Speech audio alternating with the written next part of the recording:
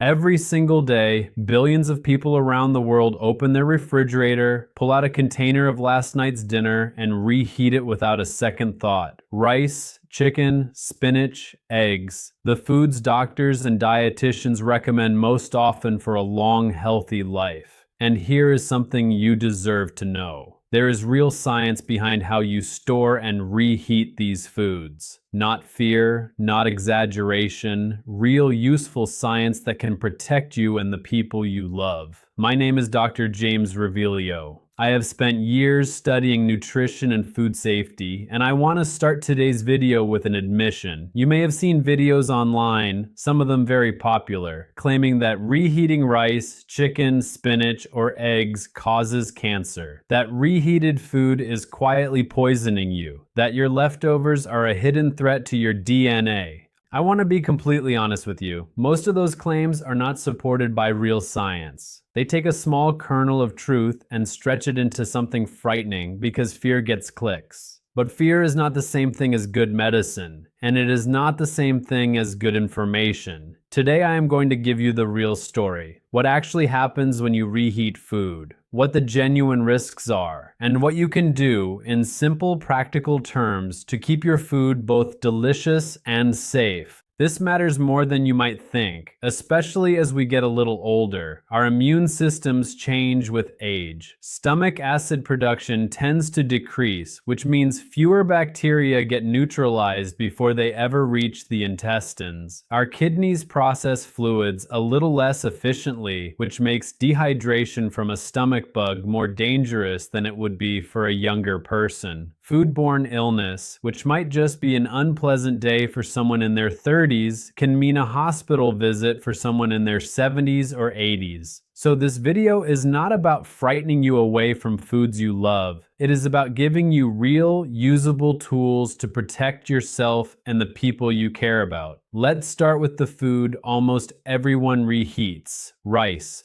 Rice is eaten by more people on this planet than any other staple food. And when it comes to leftover rice, there genuinely is something to be careful about. It is called Bacillus cereus, a type of bacteria that is naturally present in raw rice, in the soil it grows in, and often survives even after rice is cooked. Here's how it works. Bacillus cereus spores can survive the cooking process because they are heat resistant, almost like tiny armored seeds. If cooked rice is left sitting out at room temperature for a long time, say on the counter for several hours while everyone finishes dinner and chats, those spores can germinate and multiply. And as they multiply, some strains produce a toxin. The concerning part is that this particular toxin is heat stable, meaning that reheating the rice thoroughly does not destroy it, because it is not the bacteria itself you need to worry about at that point. It is the toxin they already left behind. If someone eats rice that has developed a high level of this toxin, the result is a foodborne illness with symptoms like nausea, vomiting, and stomach cramps, usually appearing within a few hours of eating. For most healthy adults, this resolves within a day, uncomfortable but not dangerous. But for older adults, especially those with other health conditions, diabetes, or a weakened immune system, foodborne illness can lead to dangerous dehydration and may require medical attention, sometimes even hospitalization.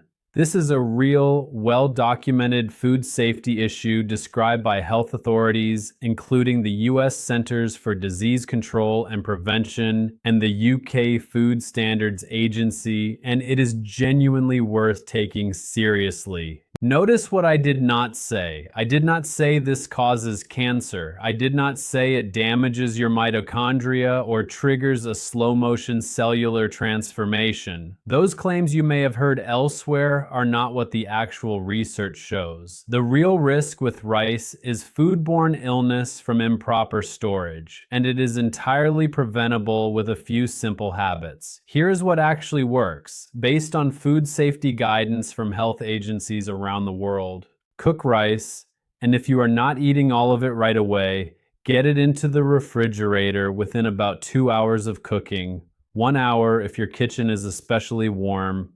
such as during summer months without air conditioning. Spreading rice out in a shallow container rather than piling it into a deep bowl helps it cool faster, which limits the window bacteria have to multiply. Store it in the refrigerator at 40 degrees Fahrenheit or below, and try to eat leftover rice within 3 to 4 days. When you reheat it, make sure it is steaming hot all the way through, ideally to an internal temperature of 165 degrees Fahrenheit, which you can check easily with an inexpensive food thermometer, the kind you can find for just a few dollars at almost any grocery or hardware store. And if rice has been sitting out at room temperature for more than 2 hours, when in doubt, it is safer to throw it out than to reheat it. I know that can feel wasteful, especially for those of us who grew up learning never to waste food, but a few ounces of rice is a small price compared to a difficult night of illness. One more helpful tip: if you regularly cook large batches of rice for the week, consider portioning it into individual containers right after cooking while it's still fresh, rather than storing one large pot and scooping out portions over several days. This limits how often the rice is exposed to room air and repeated temperature changes, which is gentler on both flavor and safety.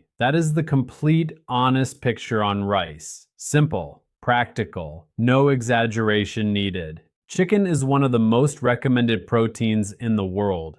And for good reason. It is lean, versatile, and packed with high-quality protein that helps maintain muscle mass. Something particularly important as we age, since we naturally lose muscle over the years, a process called sarcopenia. You may have heard claims that reheating chicken creates compounds called heterocyclic amines, or HCAs, that damage your DNA and raise your cancer risk. Here is the honest nuance that gets left out of those scary videos. HCAs do form, and this is genuine, peer-reviewed science, but they form primarily during the initial high-heat cooking of meat, particularly grilling, frying, and broiling at very high temperatures where meat develops a deeply browned or charred surface. The National Cancer Institute has published research on this exact topic. The amount of HCA formation depends heavily on cooking method and temperature during that first cook, not on whether you warm up your leftovers afterward in a microwave or oven at a normal reheating temperature. Simple, gentle reheating of already cooked chicken at the temperatures most of us use at home does not meaningfully add to HCA formation the way the original high-heat searing or grilling does. The bigger, well-established concern with cooked chicken leftovers is, again, foodborne illness. Specifically bacteria like Salmonella or Listeria that can grow if cooked chicken is left out too long or stored improperly, not a slow accumulation of carcinogens from your microwave. So what should you actually do? Refrigerate leftover chicken within 2 hours of cooking. Store it in a shallow, airtight container so it cools evenly rather than staying warm in the center of a deep dish for hours after it goes in the fridge. Eat refrigerated cooked chicken within 3 to 4 days, and if you want to keep it longer, freezing preserves it safely for several months without meaningful loss of nutrition. When reheating, use a food thermometer and heat it to 165 degrees Fahrenheit throughout, which is the temperature that reliably kills the bacteria that could have grown during storage. If you're reheating chicken in the microwave, stir or rotate it partway through, because microwaves can heat unevenly and leave cooler spots where bacteria could survive, especially in thicker pieces like chicken breasts or thighs.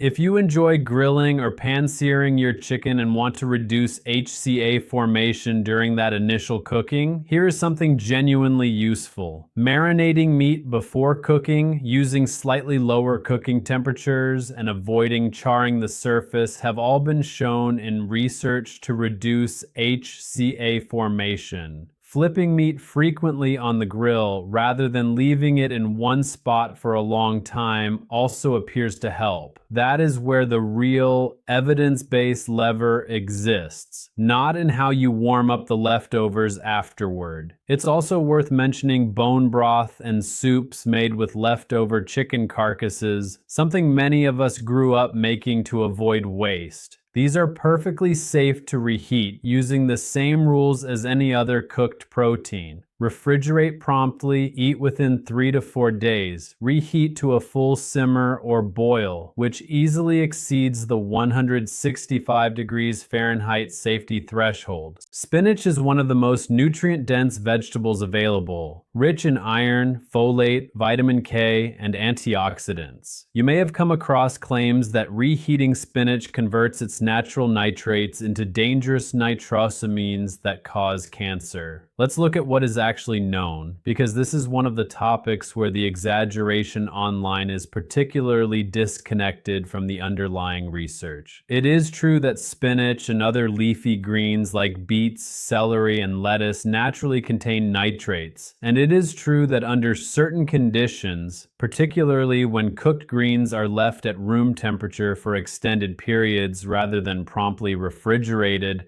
bacteria can convert some of those nitrates into nitrites. It is also true that nitrites can, under specific chemical conditions involving high heat and certain proteins, form nitrosamines. But here is the important context that gets lost in the scary version of this story. Regulatory food safety bodies, including the European Food Safety Authority, have studied dietary nitrate exposure extensively, and their guidance focuses mainly on limiting how long cooked greens sit at unsafe temperatures before refrigeration. A straightforward food safety and freshness issue, rather than describing everyday home reheating of spinach as a significant cancer-causing event. In fact, dietary nitrates from vegetables are generally viewed quite differently by researchers than nitrites from processed, cured meats, partly because vegetables like spinach are simultaneously rich in vitamin C and other antioxidants, which actually help block the nitrosamine-forming reaction in your body. This is a meaningfully different picture than the alarming claims about vegetables becoming a carcinogen factory in your fridge. This distinction matters because I don't want anyone watching this to start avoiding spinach or beets or celery out of fear. These vegetables are associated in large population studies with lower rates of heart disease and healthier blood pressure, largely because of those same nitrates behaving beneficially in the body. Throwing that benefit away because of an exaggerated internet claim would genuinely be a step in the wrong direction for your health. The genuinely useful, evidence-based habit here is simple. Cook spinach and leafy greens, and don't let them sit out at room temperature for hours before refrigerating. Get them chilled promptly, store them in an airtight container, and eat them within a few days. Reheating spinach gently at home, the way most of us do, is not the danger it's been made out to be. The real safety principle, as with rice and chicken, is about prompt refrigeration and reasonable storage times, not the reheating step itself. For those who like to meal prep, a helpful trick is to slightly undercook leafy greens before storing them, then finish cooking them briefly during reheating. This preserves texture and nutrients better than fully cooking them twice, and it's a purely culinary tip rather than a safety necessity. Eggs are one of the most complete nutrient-rich foods available to us, full of high-quality protein, choline for brain health, and antioxidants like lutein and zeaxanthin that support eye health, something particularly relevant as we age and vision changes become more common. You may have heard that reheating eggs creates something called oxysterols, oxidized forms of cholesterol, and that these are dangerous, DNA-damaging compounds. Oxysterols are real. They do form when foods containing cholesterol are exposed to heat, air, and light. especially over repeated or prolonged heating. Researchers have studied oxysterols because some of them are associated with inflammation and cardiovascular changes in laboratory and animal studies, and this remains an active area of nutrition research. But there is a significant gap between an area researchers are still studying in cell cultures and animal models, and your morning reheated scrambled eggs are creating cancer-causing DNA damage. The alarming language used in some viral videos dramatically overstates what the current evidence actually supports, and it does not reflect a settled or established cancer risk in real-world human eating patterns. The genuine practical takeaway on eggs is about food safety fundamentals rather than a hidden cancer threat. Cooked eggs and egg dishes should be refrigerated within 2 hours of cooking, stored in a sealed container, and eaten within 3 to 4 days. If you keep hard-boiled eggs, they stay freshest with the shell left on until you're ready to eat them, and they can safely be kept in the refrigerator for about a week. When reheating egg dishes, gentle, even heat, a low oven or a covered pan on low heat with a splash of water or broth helps them stay moist and reheats them safely without drying them out or turning them rubbery. If you're using a microwave, reheating in shorter bursts and stirring in between helps avoid the uneven hot spots that microwaves are known for, and also helps prevent the eggs from becoming tough, which is a texture issue rather than a safety issue, but certainly affects how much you enjoy the meal. One practical note for egg dishes made with dairy, like a quiche or a frittata with cheese and cream, is that these should be treated with the same 2-hour rule and refrigerated promptly, since dairy ingredients can support bacterial growth just as readily as the eggs themselves. Since we're already talking about the foods people reheat most often, I want to briefly cover 3 more that come up constantly in questions from viewers, because the same principles apply, and because these deserve real answers rather than the myths that circulate about them. Potatoes, especially baked or boiled potatoes wrapped in foil or stored in a sealed container, can actually pose a genuine, well-documented risk if handled incorrectly, related to a bacterium called Clostridium botulinum. This bacteria thrives in low-oxygen environments, which is exactly what you create when you wrap a cooked potato tightly in foil and leave it at room temperature. The solution is straightforward. Never leave cooked potatoes wrapped in foil sitting out at room temperature for more than 2 hours. Refrigerate them promptly, and when you do refrigerate them, it's fine to leave the foil on, since refrigeration temperatures prevent this bacteria from producing its toxin. Pasta follows the same basic rules as rice, though pasta doesn't carry quite the same specific Bacillus cereus concern, since it isn't as strongly associated with that particular bacteria. Standard cooling and refrigeration practices apply. Get it chilled within 2 hours, eat within 3 to 4 days, reheat thoroughly. Mushrooms have a long-standing kitchen myth attached to them, the idea that reheating mushrooms is dangerous. This isn't well supported by food safety research. Mushrooms can be reheated safely using the same general rules as any other cooked food: prompt refrigeration and thorough reheating. The myth likely persists simply because mushrooms can develop an unpleasant texture or flavor after multiple reheatings, which is a quality issue, not a safety one.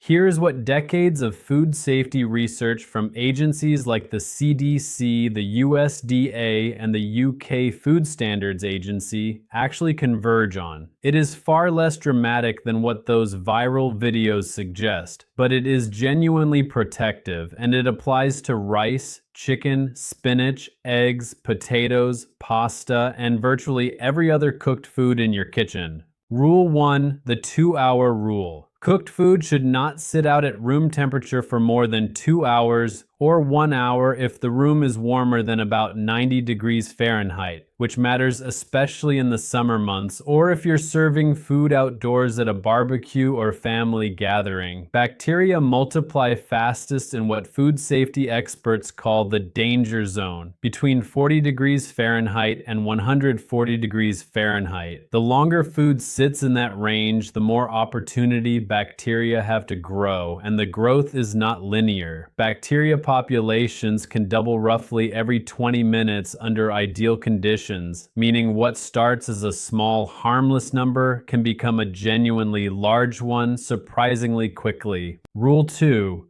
Cool it down and store it properly. Refrigerate leftovers promptly, ideally in shallow containers so they cool quickly and evenly all the way through, rather than one large deep pot that stays warm in the center for hours after you put it in the fridge. Your refrigerator should be set at 40 degrees Fahrenheit or below, and it's worth checking this occasionally with an inexpensive refrigerator thermometer, since the dial settings on many refrigerators don't always correspond precisely to actual temperatures. Rule 3. Don't keep leftovers indefinitely. Most cooked leftovers are best eaten within 3 to 4 days. After that, the risk of bacterial growth increases meaningfully, even in the refrigerator, since refrigeration slows bacterial growth but doesn't stop it entirely. If you want to keep something longer, the freezer is your friend. Frozen leftovers stay safe far longer, often for several months, though for best flavor and texture, most cooked dishes are at their best within 2 to 3 months in the freezer. Labeling containers with the date you froze them is a small habit that saves a lot of guesswork later. Rule 4. Reheat thoroughly, using a thermometer if you have one. Food should be reheated to an internal temperature of 165 degrees Fahrenheit. This is the temperature that reliably kills the bacteria that may have grown during storage. A simple digital food thermometer, which costs very little, takes the guesswork out of this completely, and I genuinely recommend every kitchen have one, especially as we get a bit older, and our margin for a bad bout of food poisoning gets smaller. For soups, sauces, and gravies, bringing them to a full rolling boil for at least 1 minute is an easy way to ensure they've reached a safe temperature throughout. Notice something about these 4 rules. They are not about being afraid of your food. They are not about you never reheating anything again. They are about giving bacteria less opportunity. And they work for essentially everything in your fridge, not just the 4 foods that happen to make for a dramatic video title. I want to address a handful of questions that come up again and again in the comments on this channel because they're genuinely useful and deserve straightforward answers. Is it safe to reheat food more than once?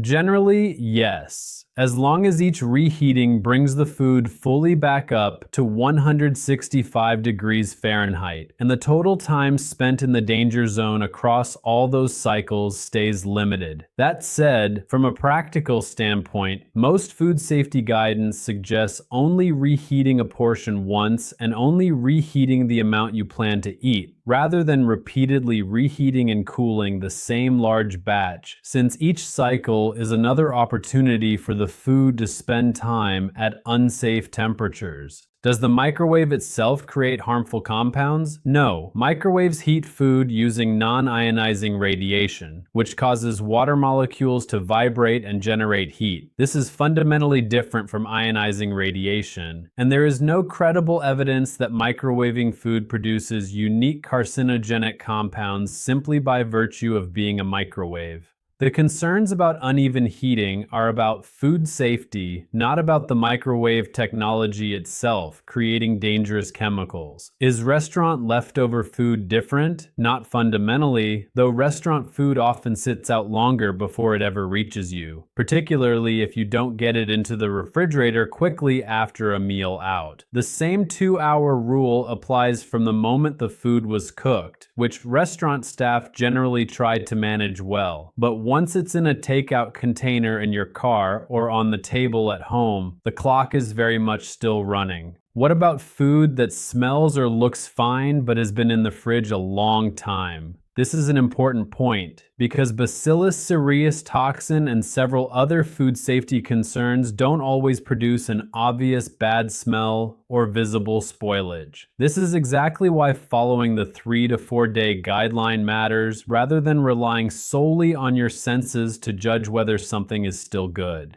I mentioned earlier that our bodies change as we get older, and I want to spend a moment on why that's genuinely relevant here, not just a passing comment. Stomach acid, which acts as one of our first lines of defense against bacteria in food, tends to become less concentrated with age, meaning fewer harmful organisms get neutralized before they move further into the digestive system. The immune system's response to infection also tends to become somewhat slower and less robust over time, a natural process researchers call immunosenescence. And kidney function, which helps us recover from the fluid loss that comes with vomiting or diarrhea, gradually becomes less efficient as well. None of this means older adults need to live in fear of their own refrigerators. It simply means the 4 rules I mentioned, the 2-hour rule, prompt refrigeration, the 3 to 4 day window, and thorough reheating to 165 degrees Fahrenheit,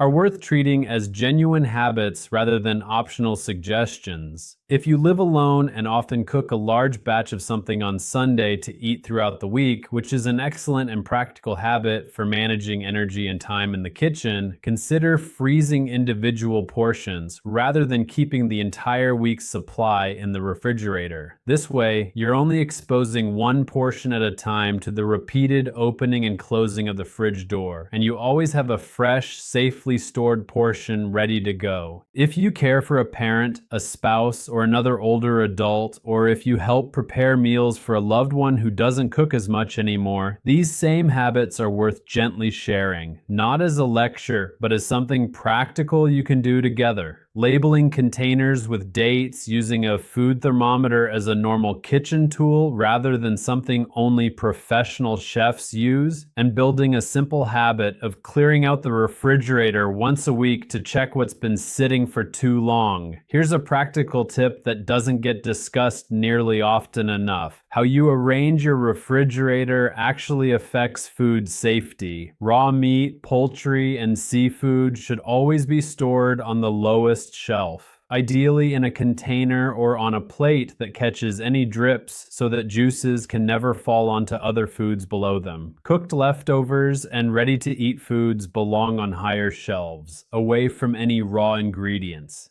It's also worth doing a short refrigerator check once a week, perhaps on the same day you take out the trash or do your grocery shopping. Pull everything forward, check dates, and be honest with yourself about anything that's been sitting for longer than the 3 to 4 day window we've talked about. This single habit done consistently probably prevents more foodborne illness in an average household than almost anything else we've discussed today, simply because it stops leftovers from being quietly forgotten in the back of the fridge until well past when they were safe to eat. If your refrigerator doesn't have a built-in thermometer display, a simple appliance thermometer that sits on a shelf costs just a few dollars and takes the guesswork out of whether your fridge is actually holding at 40 degrees Fahrenheit or below, since the numbered dial many refrigerators use doesn't always correspond precisely to actual temperature, especially in older units or ones that get opened frequently during a busy day of cooking. I want to take a moment to talk about something important, because I think you deserve to understand it. Videos claiming that everyday foods like reheated rice or eggs are quietly causing cancer spread very easily online, and there's a reason for that. Fear captures attention far more effectively than reassurance does. A video that says 4 common foods secretly damaging your DNA will almost always get more views than one that says, here are 4 sensible food storage habits. That incentive exists whether or not the underlying claims are actually true. This does not mean every person creating that kind of content has bad intentions, but it does mean you should approach dramatic health claims, especially ones that use words like silent, hidden, or what doctors don't want you to know, with a healthy amount of skepticism. Good science is rarely as cinematic as it's made to sound in a video designed to keep you watching until the end. The compounds mentioned in those videos, heterocyclic amines, nitrosamines, oxysterols, acrylamide, are real chemical compounds that real scientists study.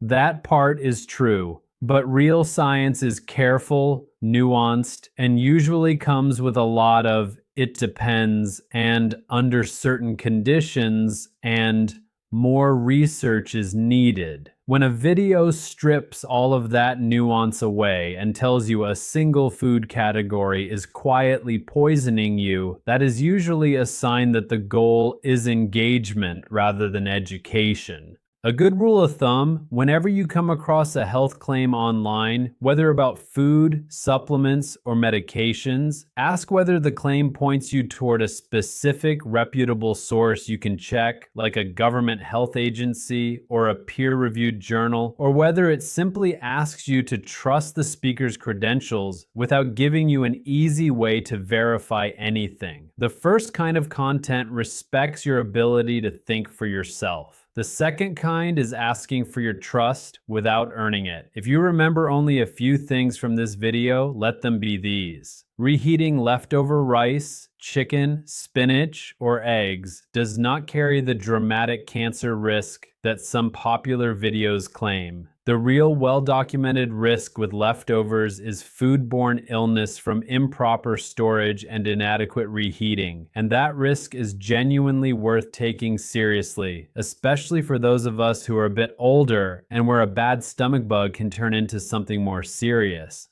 The 2-hour rule for cooling food. Prompt refrigeration in shallow containers. Eating leftovers within 3 to 4 days. Reheating to 165 degrees Fahrenheit, ideally checked with a simple food thermometer. These 4 habits applied consistently give you real meaningful protection, and they take far less mental energy than trying to remember which specific foods are supposedly dangerous to warm up in a microwave.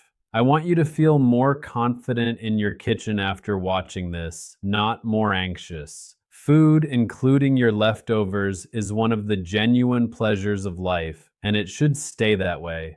Good information does not need to frighten you to be useful, it just needs to be true, and it needs to be something you can actually use. If you found this helpful, I'd love for you to subscribe, because I make one video a week just like this one. Real science. Explained clearly, with no fear-mongering and nothing to sell you. If there's a food safety topic or health myth you've seen online that you'd like me to look into and give you the honest, evidence-based answer on, tell me in the comments. I read every single one, and they genuinely shape what I cover next. As always, this video is for educational purposes and isn't a substitute for personal medical advice. If you have specific health concerns, especially related to your immune system or digestive health, please talk with your doctor or a registered dietitian who knows your individual situation. Thank you for spending this time with me. I'm Dr. James Revealio, and I'll see you in the next video.